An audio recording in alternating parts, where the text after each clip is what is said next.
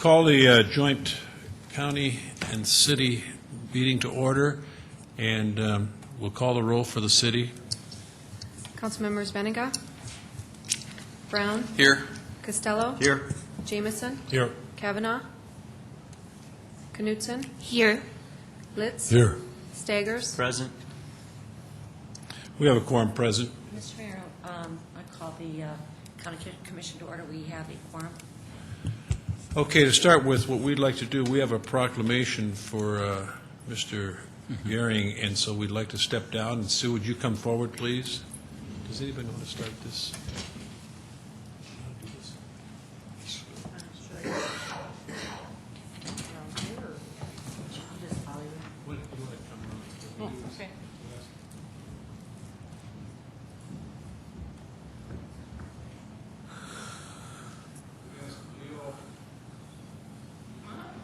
Want me to do the reading? Okay. Well, we have a gentleman here who has been a fixture in City of Sioux Falls School District, Minnehaha County elections for way longer than I've been around. I know that. We were just talking, and he said he began working for the city in June of 1975, and about 2 days later, the guys he worked with said, well, we've got to go out and get the voting booths ready, or the lever machines. You called them one-arm bandits, but... And ever since that time, for the last 32 years, Leo has been an invaluable part of our election process. And I did a little estimating on what you have accomplished in that time, and that's included in this proclamation here that is issued by Carol Tweet, Minnehaha County Commission Chair, and Dave Munson, Mayor of the City of Sioux Falls. I also have a proclamation to present to you that was passed by the Sioux Falls School District as well that has the same wording. Whereas Leo Gehring was employed by the City of Sioux Falls as a building maintenance mechanic on June 16, 1975, and began assisting with election preparation shortly thereafter. Whereas Leo worked with several generations of election systems, starting in the era of lever voting machines, then working with punch card equipment, and recently learning to field test the new Automark touchscreen voting terminals. Whereas Leo retired from city employment in December 1993, but continued to serve the City of Sioux Falls, the Sioux Falls School District, and Minnehaha County as their precinct supply delivery man and all-around election troubleshooter through May 2007.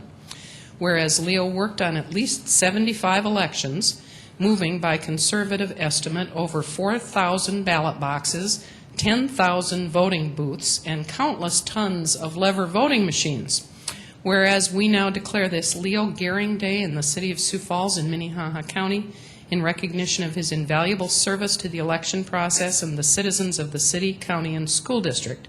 Now therefore we, Carol Tweet, Minnehaha County Commission Chairwoman, and Dave Munson, Mayor of the City of Sioux Falls, do hereby proclaim February 19, 2008 as Leo Gehring Day in Minnehaha County and Sioux Falls, South Dakota. Congratulations.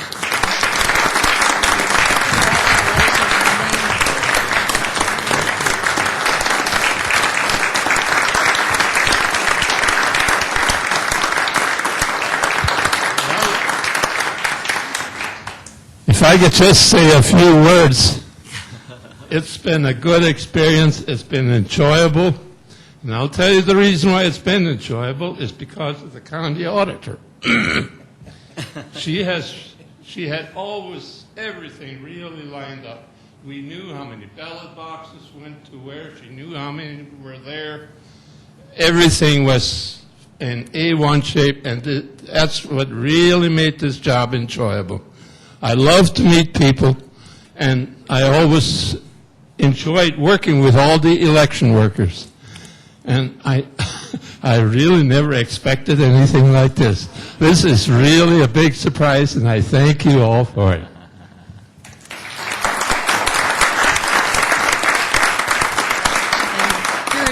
here's your proclamation from the city, and here's a token of our appreciation that comes to you from the county, city, and school district.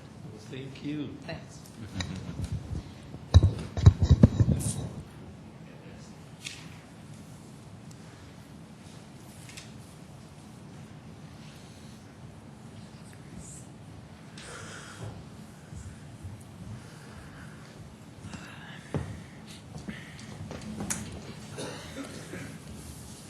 We also have another very special announcement to make that we'll have here today that will be made today by Bill Hoskin, who is the director of the Siouxland Heritage Museum, and we're very excited about that as well.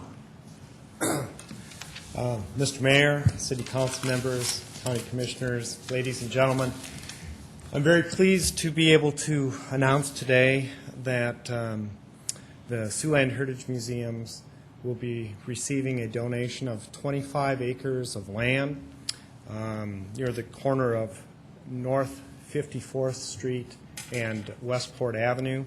The land is being donated by Bob and Kari Hall for the purpose of constructing a collection, storage, and research facility. The Hall family have been longtime supporters of the Siouxland Heritage Museums. Kari has worked as a volunteer for the museums for over 20 years. She has served on the museum's board of directors as president of the Siouxland Heritage Museums Alliance, our private nonprofit friends group. And in fact, the whole Hall family has volunteered from time to time. Both Bob and Kari's daughters have volunteered for the museums in the past. This is a tremendous donation for the museums. Our collection storage has been one of our longtime concerns, and this is a fantastic first step in moving us towards being able to deal with that in a much better way and provide a better service to the public. And I really can't thank Bob and Kari enough for this tremendous opportunity that it gives the museums, the city, and the county. And I just want to thank Bob and Kari. See if Bob and Kari want to stand up.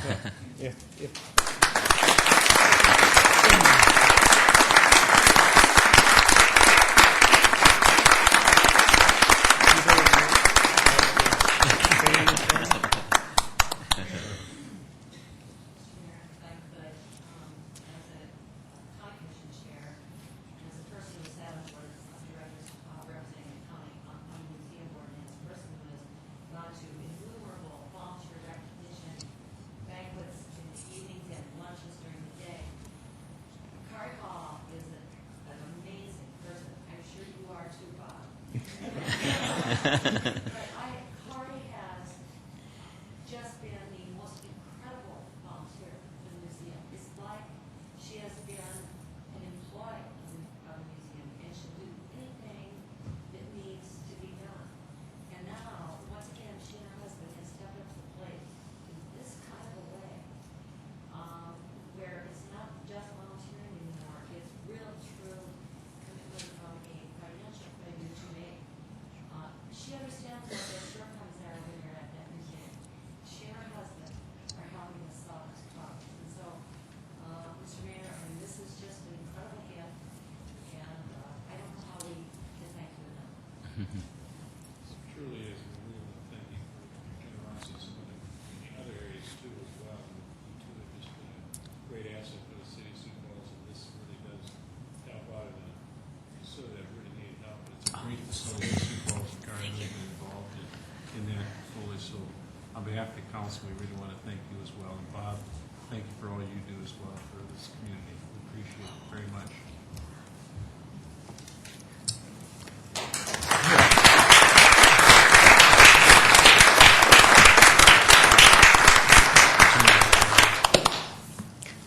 Does anyone else care to say anything? Dee? Dee?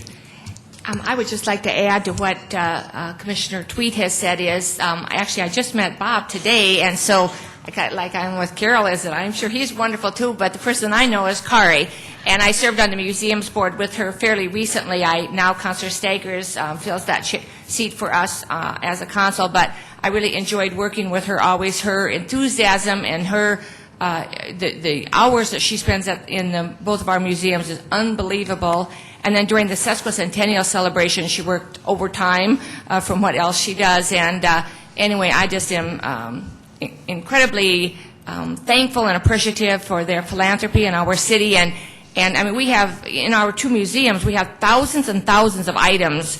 They're very well organized, they're on a, in a database and so forth, but they're in 3 different locations, and someday in the near future, it will be wonderful to have all of those items in a just a collections site, and it'll be very nice for our staff and the public to have a research component right there on the same in the same facility. So thank you again very much from all of us. Thank you, Dee. I have known Bob for more years, but I would say that way back when his car is wonderful too, but Bob, the children in drove off, and the time and devotion, but they both have given tremendously to this community, and just continue to give, and thank you so very much. So, actually, I've known Bob longer, he has given that year in a different fashion, so I thank you both very much. Thank you, Bob. Jameson? I guess I served on the museum board probably longer than most because when I was commissioner, I was the liaison from the city commission to the museum. And I believe Kari was there when I came, and that was 1989. And I served after being on the council for another 8 years on the museum board because of being appointed by the mayor at that time to serve. And Kari, it's been a pleasure to see someone who is so dedicated. It overwhelms me, and I say thank you very much from the bottom of my heart. Thank you, Bob. Others? Not again. On behalf of the county and the city, we really do thank Carrie and Bob very much, so thank you. I think we should stand.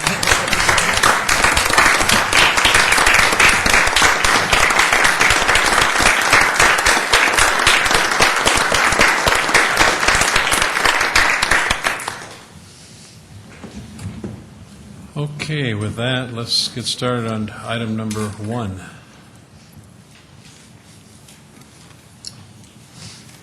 Resolution approving a joint cooperative agreement for mosquito control between the City of Sioux Falls and Minnehaha County, South Dakota.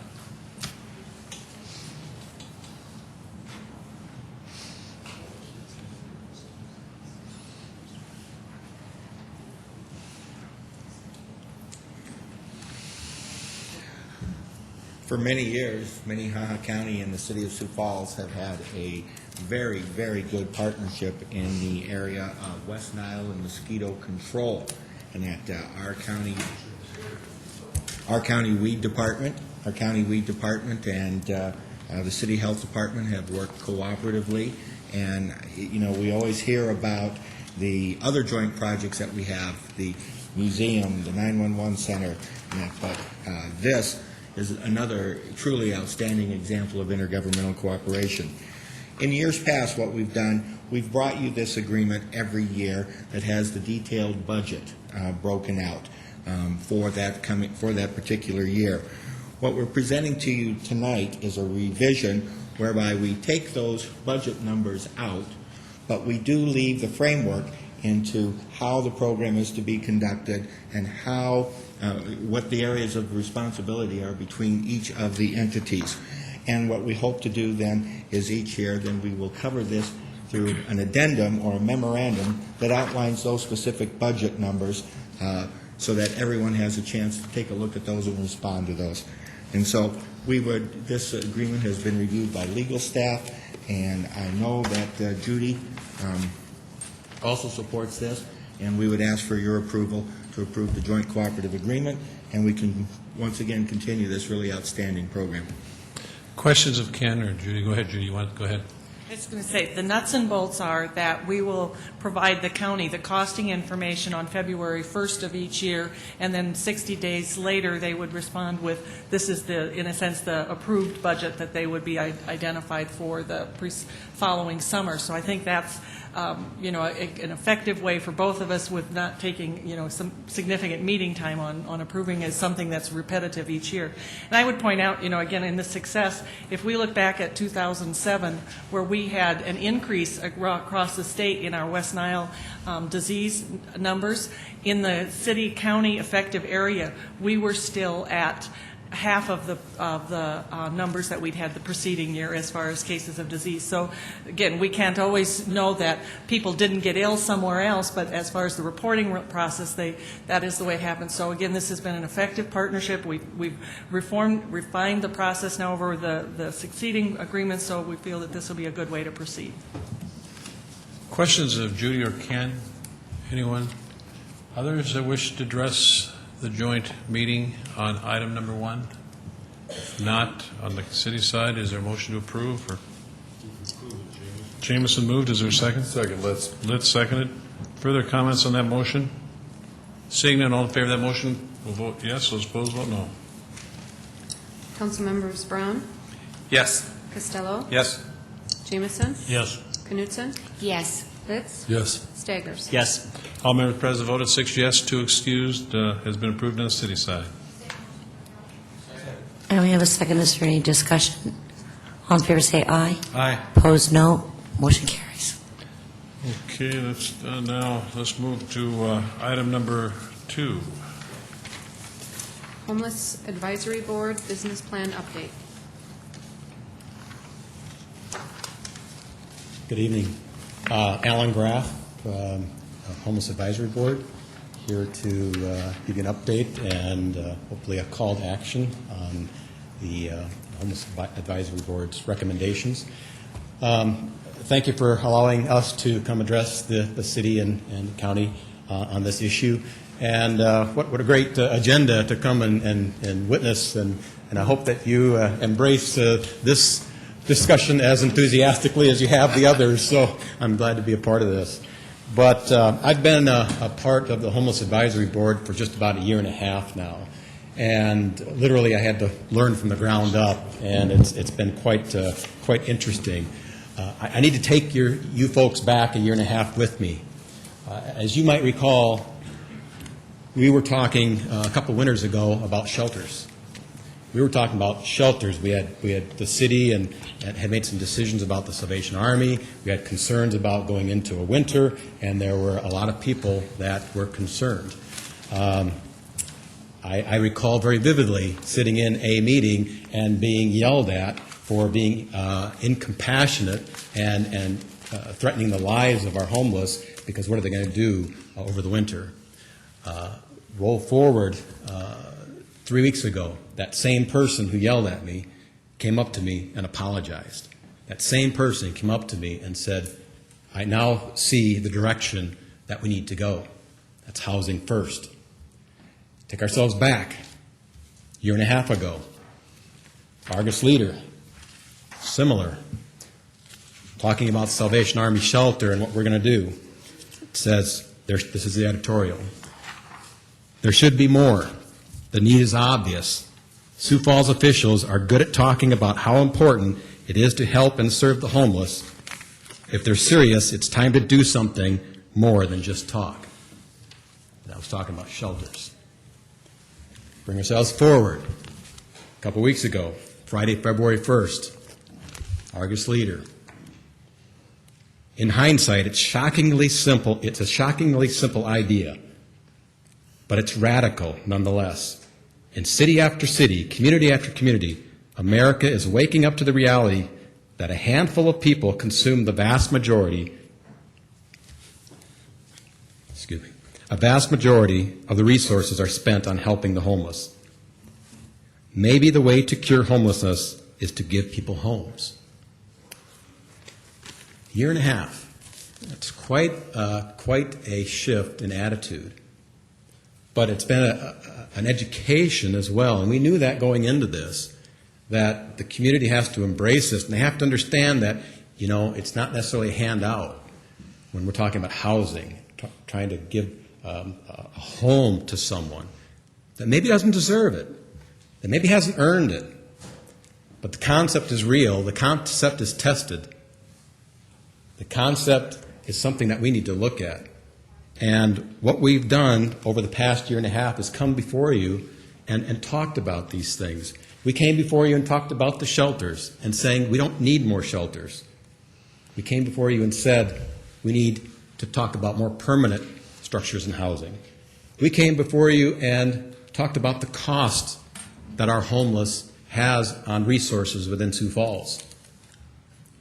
We talked about the emergency resources that this group of homeless are taking away from other services that these police and detox and jail and emergency rooms could be providing for the citizens.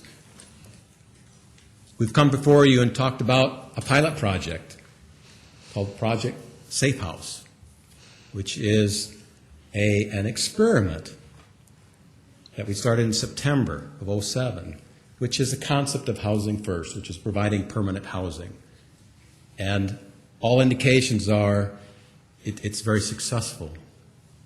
You know, you've talked to some of the folks in Project Safe House. Well, as we come to discuss the business plan, we come before you in a position to ask. I think I had a call earlier this morning. I said, "Are you going to be, or is there a proposal for action tonight?" I said, "Well, I don't know if there's a proposal for approval, but I'd call it a call to action." That's what we're asking, is a call to action, because you designated the Homeless Advisory Board to develop solutions and recommendations to bring forward to resolve homelessness here in Sioux Falls. And that's what we're doing. And one small piece of that, and truly it is a small piece, because the job is still looming ahead of us, is helping those most visible chronic homeless in Sioux Falls find a home and put a shelter over their head. We've identified in the business plan, there are approximately 94 of these people. We know them by name. Approximately 94 of these people. And we're saying we need to start finding solutions for that. And that's what the business plan is about. The concept of the business plan is fairly straightforward. We need a document that we can use to deliver to you, to deliver to the nonprofit community, to deliver to the faith-based community, and to deliver to the business community, to be able to sell this concept. And we've been doing that. We've been trying to develop partnerships and collaborations with these entities. We had a very successful conference 3 weeks ago with the faith-based community. Over 100 members attended. We talked about this. We talked about other ways that the faith-based community can come together. We had a meeting last week with 10 of the nonprofit agencies in town to say, this business plan, we want you to look at this. We ask you, will you partner with the community in helping to make this a reality? And we think we got a good response to that. And now we come to you. We come to you to talk about this, and we come to you, and you'll see, we label it as a draft. We did that on purpose. We label it as a draft because you have to buy into this. You have to accept this. And as I say, and I've talked in our meetings, is that we need the city and the county to champion this, because we've done our work. I'll just be very frank with you. You charge us with providing recommendations and solutions, and we feel that we've done that with, again, one small piece of the homeless issue, the chronic homeless. We got more work to do, but this would be a nice big step to move forward. So the concept that the business plan discusses is permanent housing. We're not talking elaborate here, guys. We're talking about 250 square foot type dorm room facilities. We're talking about a 24-unit or so structure. We were asking, well, Alan, you said there's 94. Well, right. This is a start. This is a start. This Project Safe House is a start. We have other initiatives that are going on as we speak that will help to address the 94. But we thought a structure that we could build in Sioux Falls, with your help, 24 units. We don't want a project. We don't want to create that here in Sioux Falls. We want to scatter these sites. But this would be a great addition, I think, to serving the homeless. 24 units, about $1 million. We don't know the exact cost. We're probably estimating high. Support services. These folks Some of them they do need help. They have addictions. They might have mental issues that need help with as well. So support services, probably $250,000 a year. So there are costs to this. And we're not asking the city, the county to say, "No, it's your bill." No, that's not true. We're saying, again, it's going to be a community effort.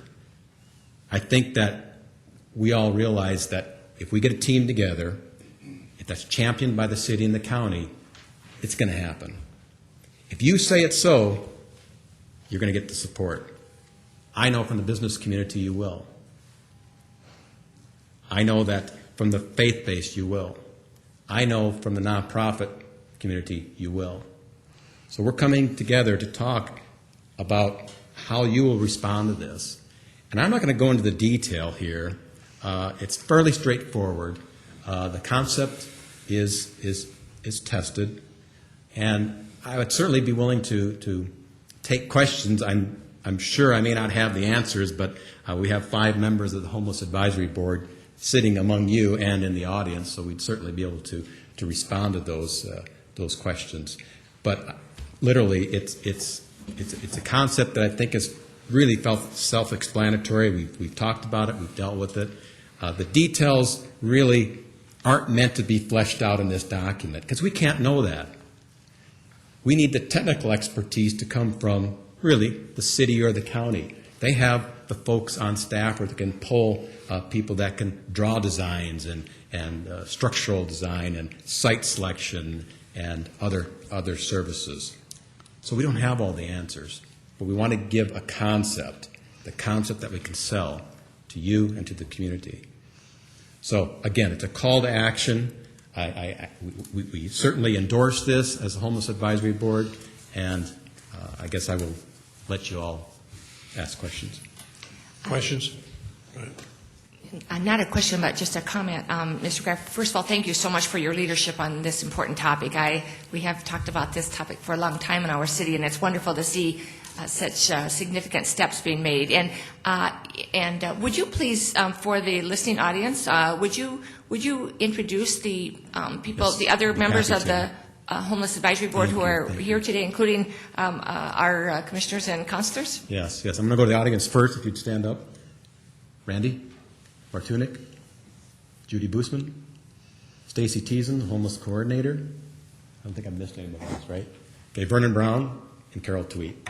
So I thank them for their leadership. There are 4 others that aren't here, 5 others that aren't here, and they all work very hard on this. But thank you. Kermit? Yes, I was wondering if you could comment on a concern that I have. The city has a lot of responsibilities for doing a lot of different things in the city itself. However, when it comes to responsibility of welfare, the state of South Dakota and the counties are responsible for welfare. So could you express my concern that, here we have an attempt to get the city to have another responsibility when we have other government entities that are responsible for this? I don't know if I'm the one to answer that, Mr. Staggers, because it's probably more from our council and commission standpoint. It's going to be a joint effort, no question. We may get state funds. We certainly may get federal funds. We are talking about a collaborative effort to help solve this issue. But we have to acknowledge that it's a city issue too. Clearly, it's a city issue, so we need to get a commitment from the city to say yes, we're going to address this. And it may come from a technical standpoint. It may come from resources such as property or land that can be an in-kind. It may come from having people like Randy and Judy on the Homeless Advisory Board. And it may, bottom line, it may come from some funding as well that you throw into the pot. Vernon? Councilor Staggers is correct on that, but there are some costs that we already bear as a city as a result of homelessness. Anytime a chronic homeless person is asleep on the street, someone calls 911. That costs us money. Police respond. That costs us money. Fire department responds. That costs the city money. So city resources are already used in responding and helping chronic homeless people. Also shelters. We, as a city council, have helped fund shelters before, so there is city funding going to the homeless in a welfare sense. If I could kind of respond. Okay, go ahead. Yes, I mean, I agree with Councilor Brown that, we do use some of the city resources, but most of the time we do it with law enforcement, and that's one of the responsibilities of the City of Sioux Falls, is to make sure that we maintain safety here in the city itself. But once again, now we're trying to be moving into another area of welfare, and as I mentioned before, according to law, the county is responsible for welfare, and also the state of South Dakota. And I guess I'm just concerned here that we're now beginning to move into another area when we have other important priorities here in the city of Sioux Falls, too. Well, I'm a business person, so excuse me if I'm maybe ignorant to some of the issues that you have to deal with on a weekly basis here serving for the city. But the city is growing, and with a growing city, issues such as homelessness occurs, and if we want to continue our city to be a great place to live, I think we have to be compassionate with that as well, and that's going to be a cost of serving all of our constituents, and including the homeless. And so, from my perspective, I think it's responsibility for all of us, and it is a responsibility of the city as well. I don't see how we can ignore that again. And to do it, it really does take an effort between the federal, the state, the county, the city, all working together to try to address the issue, because most of them are on our streets, and it does impact us in various ways. And so I think the more we can do to try to make these people whole, and that was the purpose of when we got together for the 10-year plan to end homelessness, is to try to figure out how we can take and help these people to become part of the community again. And so it's going to take all of us working together, and I think these people, through the HAB and through the 10-year plan to end homelessness, have really done a lot of work, and there's a lot of work ahead of us, as Ellen was talking about. But I think that we do have a responsibility to try to work through this issue. One of the things that, excuse me, if I might just let's go to Ann here. Well, Jeff Bartley. You had your hand up? I didn't see it. I did. Thank you, Mr. Mayor, Madam Chair. Kermit, I think you bring up a good point. I do believe that, in a sense, the county is more about sustaining life, while the city is more about the quality of life. But I think that our quality of life, in general, is improved when we do something about the homeless people in our street. I think our quality of life as citizens of this community is better when we don't have to step over our fallen brothers and sisters on the street. And so I think this is a great opportunity for a collaborative effort. I know that when this issue has been up before in the blogs on the internet, that a lot of times people are, suggesting, that this is going too far, but none of us are willing to, leave people laying on the street having a seizure or perhaps expiring before us. We all want to take action, and this is an action ahead of that moment of crisis, and I'm going to support it, Kermit. When we looked at the top 11 users and what it costs the taxpayers, you really do have to get together and try to figure out, because it was very expensive. Was it like $33,000 per person?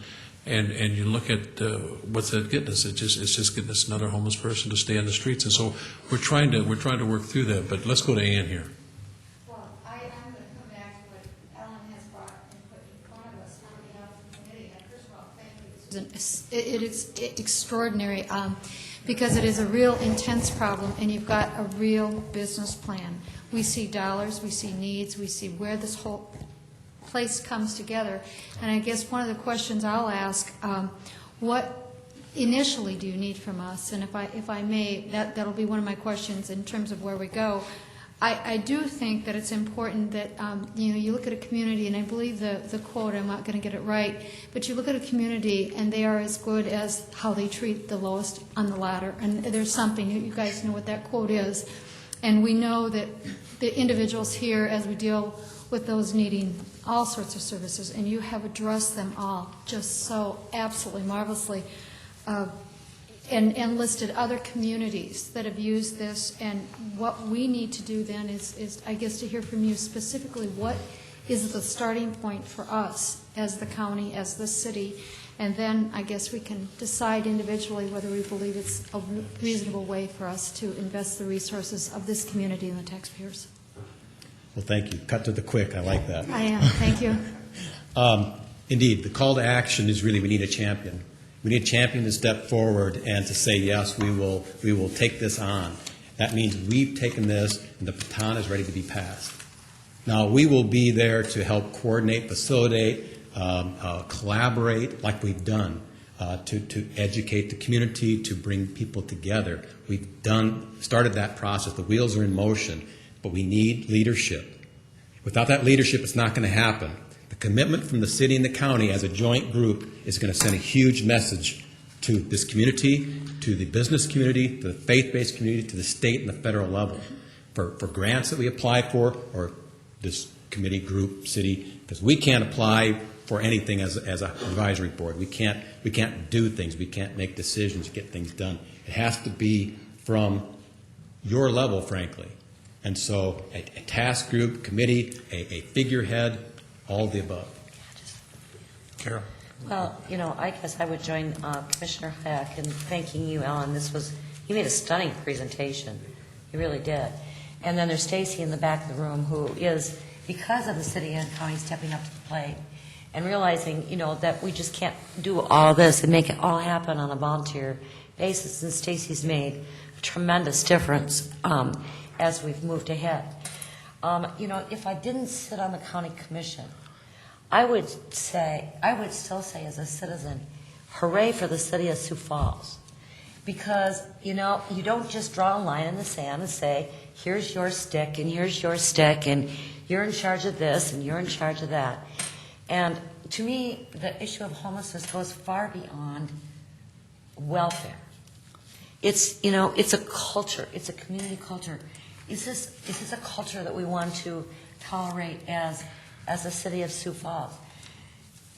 The city, because you are looking at everything, whether it's event centers or streets or law enforcement or whatever, you're saying we can't tolerate a culture of homelessness any longer in this community. And you've reached out and you've grabbed the hands of the county and the business community and the church community all along, every step of the way, and you've said, let's solve this problem together. And I think that's what we're doing. That's what you've done in the past. That's why you stepped up to the plate, even though the county statutorily is responsible for detox. You've said, hey, but these are our people too. They're people who live here in Sioux Falls, and you know what? We're going to step up to the plate and we're going to pay for half of what it costs to do detox. You've stepped up to the plate and you run a health center that now is co-located with Minnehaha County's, what Kermit calls welfare, but we call human services. So, I think it's a community culture that we all have to stand behind, every single one of us who sit at this table. I think we have so far. And I want us just to take the next step tonight and say, let's continue walking down this path. Let's take this good business plan and begin to, put some teeth into it and make it happen. And so it's not a them versus us. This is your responsibility. This is our responsibility. This is everybody's responsibility in the community. Ann, did you have something else? Well, I do. This is the Mayor's Homeless Advisory Board, and I'm going to mention that because on all of our information that we have when we have appointees, and Mayor Munson, we thank you because you were the one that really pulled this group together, and it is a very nice cross-section of both city and county officials and then lay individuals, and people are committed. As we see that, the Mayor's Homeless Advisory Board has been in functioning for a number of years now, and I would like to propose a motion. I know Commissioner Tweet alluded to a few of the dual cooperative issues that we have, one of which is Metro 911, where we've set up a very different and distinct group. We have the Combined Health and Human Services. We have a number of what we would call joint cooperative agreements. And I would like to make a motion that we actually put together then an official organization that would be structured probably by the legal departments, I'm looking over there at Gary, that would be a combined city-county homeless advisory, or not advisory, this action committee, maybe a homeless action committee, who would have then the task of bringing the reports, and essentially are representatives of both of the entities that would make this business plan work. And I'd like to put that in the form of a motion. That's really what the HAB, we appointed people in the HAB, so the HAB really is that. Well, aren't you asking, though? No. Didn't I hear? We need someone to take it the next step, Mayor, with all due respect, a figurehead that can take this and use the city and county resources as they see fit to execute this plan, to talk about resources such as, we've talked about land, potential land options that the city may own or the county may own, how to get that involved, what is the building going to look like, and where is the design going to come, who's going to draw it up, where are the estimates going to, where are the RFPs going to come from. The Homeless Advisory Board can't do that. That's why we put the HAB together. We appointed people from the county and the city these are do that, department and then heads. bring that back to us a recommendation. But you want to put together what now? Well, let's just draw a parallel, if I may. The Mayor's Conservation District, you know, you've got Mike Cooper drawing the lead there. He's the champion for that. He's drawing groups together. We're getting things done because he has the resources of the city behind him to get that done. He's the decision maker behind you. And so I am, with all due respect, asking a champion to be appointed either through committee or a task group, joint group that can draw upon the resources to make this happen. Mayor, if I may, that's what I actually heard Ellen saying, that they have brought it to this point, and now they've got their suggestions, their ideas. They need a facilitating board that can actually make things happen. In other words, the elected officials who can determine, solicit for the land donations or whatever it would be, much like we run some of our other agencies. I'm right tonight. I mean, I'm not in a position, because we'd have to bring back a recommendation. I mean, I'm not ready to take a motion on that. I'd have to sit down with the chairwoman of the county and city to talk about how we would structure that if we're going to do that, because to me, now we're putting together another board, take another step further, and then you got to ask then what is the HAB's responsibility going to be at that point? So I'd have to sit down and go through this thing. And if I may, and that's why with the motion, as I heard Ellen speaking, they've said we need some leadership, someone to speak up. And possibly the motion for that particular group is premature, but I think that's the direction, as I heard Ellen saying, that we need to go. We have to take this, by the horns and determine whether or not we're going to make it move. And possibly, as Kermit says, we may vote against it. I doubt it, Ann. I would suggest that we do just what the item on our agenda says, that we consider a motion of support for the Homeless Advisory Board business plan. That motion would then allow us to put some structure to how we do proceed from here, rather than, I think that would give support to the business plan. Do you agree, Alan? Yes. That's a part of it, but again, we can't let it drop. Well, I don't think. And so, I don't think we would. I think we've been good partners all along the way. Correct. Yeah. I think we're all in agreement. It's just we need to know what the next step is. And that is one thing that we did need from you, is you to accept the business plan. We could make that a final, if you will, and then that would be our document that we would use to sell to the hospitals, to the business community, to the faith-based, et cetera. I would make a motion on behalf of the city to accept this business plan with great gratitude from the HAB and encourage the mayor to continue to work with them on a proposal to go forward. I'd like to second. Okay, everybody understand that motion? Go ahead, Kermit. Yeah, I wouldn't mind seeing the business plan. I haven't seen it either, so. It was in our packet. We haven't. I don't have it. We were not privy to that same packet that the commission has. Does the county receive that? The county has, we borrowed Mr. Bart's copy here, that's all. I haven't read it at all. Would somebody explain I why that? I gave my extra to Pat, that's why he made such a nice motion. Just a moment. I'd like to find a clarification why the city did not get copies. Because, it's a little bit difficult to pass a support motion on. Without reading it. Alls I can answer, Commissioner, is that on Friday afternoon, I brought down the complete packet that I distribute to all of our county commissioners, and I did drop it off here at this facility, and that for what I thought was distribution. And that's all. And that I did bring a copy and deliver that plan once I received it as well. I'm going to make a motion on the part of the county. That's the motion. Okay, is there a second? And I would second that, and again, voice that thank you that we keep this moving. And as a chair of the county commission, I just want to make sure that we all understand that this began as the mayor's homeless advisory board, and the mayor came to the county, and actually the joint cooperative agreement, I think it's a joint cooperative agreement, is a joint cooperative agreement between both the city and the county. So this already, has the earmarks of, of great hand-holding. David, how many on the city side have received a copy of the? Nobody. Just Pat just got it. I just got it from Ian. I had an extra. Okay, I'm going to call then for a vote on the county side. All those in favor say aye. Aye. Opposed, no. Motion carries on the county. Mr. Mayor, Yes. on the city side, I would move that we defer accepting it until the full council has had an opportunity to read the business plan so we can take it up. I don't know if we probably need to do it at our next joint meeting. I would second Mr. Brown's motion. Go ahead. Excuse me. You said what now? I would second Mr. Okay, you Brown's seconded, motion. but what we could do is, because since they've approved it, we could put that on the agenda and take it up at one of our meetings too, Okay. without doing that. So that your motion is deferred until we had a chance to read this. Yes. Seconded. All in favor of that motion will vote yes. Those opposed vote no.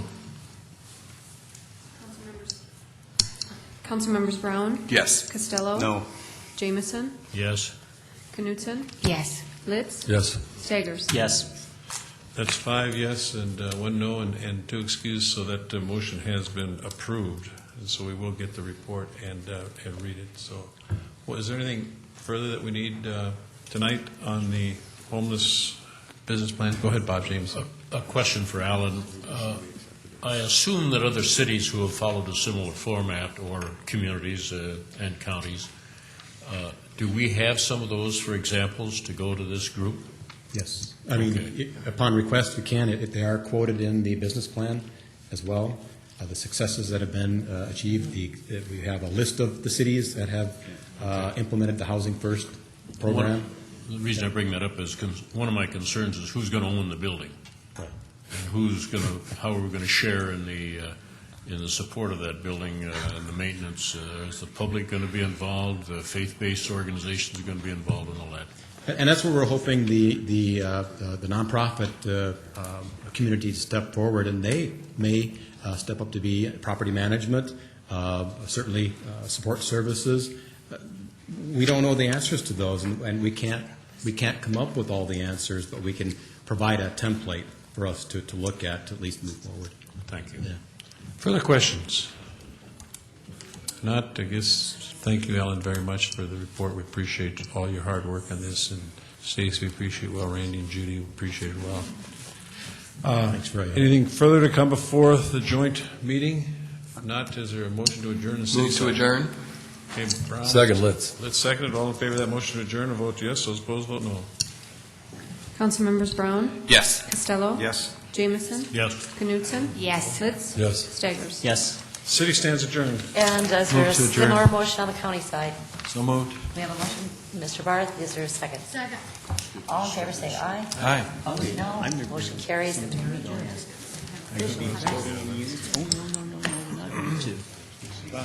So I'll see you Thursday morning. How many times have we had like? Oh, John. I want you to know, John, I would sign it. I know you're in Lincoln County. Friend in Lincoln County. Well, like this one. That's great. How many signatures do you have to do? Issue with Oh, I got it. zoning where they had changed the plan and never gave us a copy.